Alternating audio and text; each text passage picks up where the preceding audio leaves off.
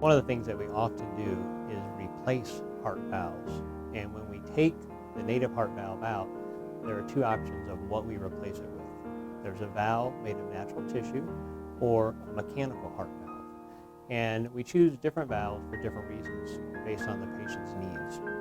Mechanical heart valves tend to last a very long time, with the disadvantage being they require a blood thinner. Mechanical heart valves are usually used in patients who are younger and need greater durability of the heart valve for multiple decades. On the other side of the equation is heart valves made of natural tissue.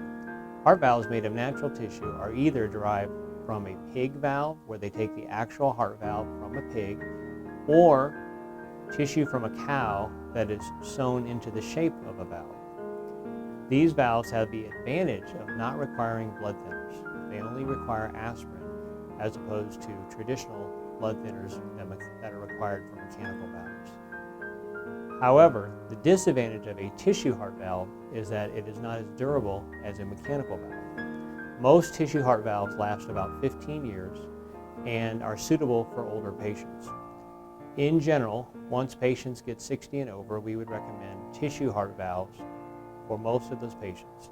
Sometimes we recommend tissue heart valves for younger patients based on specific situations, or if the patient does not want to take blood thinners, as would be required with a mechanical heart valve. Because mechanical heart valves require blood thinners, many times if patients are required to be on blood thinners for other conditions, we would recommend a mechanical heart valve, since they are already committed to taking the blood thinner and there's greater durability to the mechanical valve. For tissue heart valves, even though they have a shorter durability than mechanical heart valves, we may recommend that for younger patients if the patient is willing to have another procedure in the future.